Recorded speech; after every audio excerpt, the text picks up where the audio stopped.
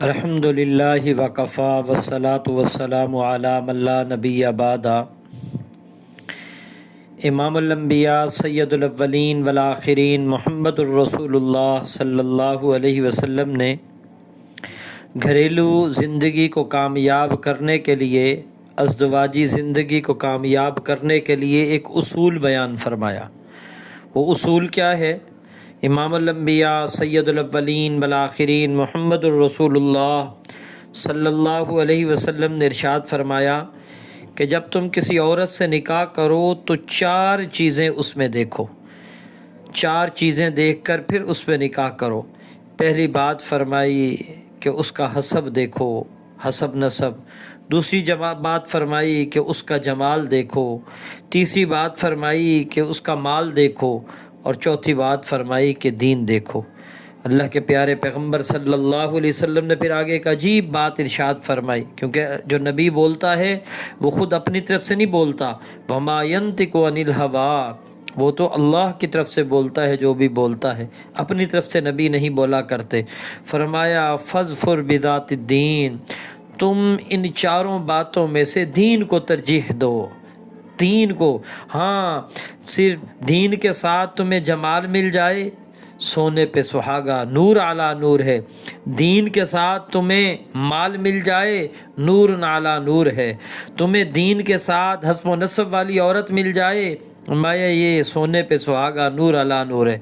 نیرا جمال ہو تو یہ بھی نقصان دہ ہے، نیرا حسب و نسب ہو یہ بھی نقصان دہ ہے، نیرا مال ہو یہ بھی نقصان دہ ہے۔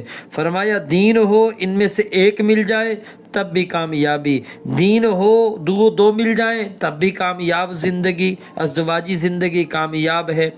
اور ان میں سے دین ہو اور تینوں چیزیں مل جائیں تب بھی کامیاب زندگی، یہ تینوں نہ بھی ہوں، اکیلا دین ہو تب بھی کامیاب زندگی۔ کامیاب زندگی کوئی مال سے تھوڑا آیا کرتی ہے، بڑے گھروں سے تھوڑا آیا کرتی ہے، بڑی گاڑیوں اور بینک بیلنس سے کامیاب زندگی تھوڑا بنا کرتی ہے۔ تو وہ گھر جہاں پر بڑے بڑے گھر ہوں اور وہاں ناچاکیاں اور نا اتفاقیاں ہوں، میاں بیوی میں محبت نہ ہو، محبت کے بول نہ ہوں، محبت کا اٹھنا اور بیٹھنا نہ ہو، تو وہ گھر جہنم ہے۔ وہ جتنا بڑا گھر ہو جائے، وہ جتنا بڑا زیادہ بینک بیلنس ہو جائے، اگر وہاں بیوی بول محبت کے نہیں بولتی، وہ بیوی بدتمیزی سے پیش آتی ہے، وہ بیوی آدمی کے ساتھ بدتمیزی کرتی ہے، تو وہ گھر، وہ پیسہ، وہ ساری چیزیں تو جہنم بن جاتی۔ حضرت سفیان بن عیینہ رحمۃ اللہ علیہ تابعین میں سے ہے، ان میں سے ان کے پاس ایک شخص آیا، آ کر کہنے لگا حضرت میری اپنی بیوی کے ہاں کوئی عزت نہیں، بلکہ معاشرے میں اپنی بیوی کے ہاں سب سے گھٹیا آدمی ہوں، میں اپنے سسرال والوں کے ہاں سب سے گھٹیا آدمی ہوں۔ حضرت سفیان بن عیینہ رحمۃ اللہ علیہ بڑے محدث تھے، بڑے بزرگ تھے، وہ بھانپ گئے، کہا کہ یہ بتاؤ تم نے یہ نکاح پیسے اور مال کے لیے کیا تھا؟ کہا حضرت میں چھوٹے خاندان سے تھا، وہ بڑا خاندان تھا، میں نے نکاح اس وجہ سے وہاں پر کیا کہ لوگوں کے ہاں میری عزت ہوگی، میرا اٹھنا بیٹھنا ہوگا، میرا ملنا جلنا ہوگا۔ اور وہ مال والے تھے، میں نے کہا مال نہیں ہے لہٰذا مال آ جائے گا۔ حضرت سفیان بن عیینہ رحمۃ اللہ علیہ نے بڑا عجیب جملہ ارشاد فرمایا جو نکاح اس وجہ سے کرے گا کہ مجھے اس نکاح کی وجہ سے عزت ملے گی، اللہ اس کو ذلیل کریں گے، اور جو نکاح اس عورت سے اس وجہ سے کرے گا کہ مجھے مال ملے گا، اللہ اس کے لیے فقر لائیں گے، اور جو نکاح دین کی برکت سے کرے گا، دین کی نسبت سے کرے گا، اللہ اس سے مال بھی دیں گے، اللہ اس سے عزت بھی دیں گے۔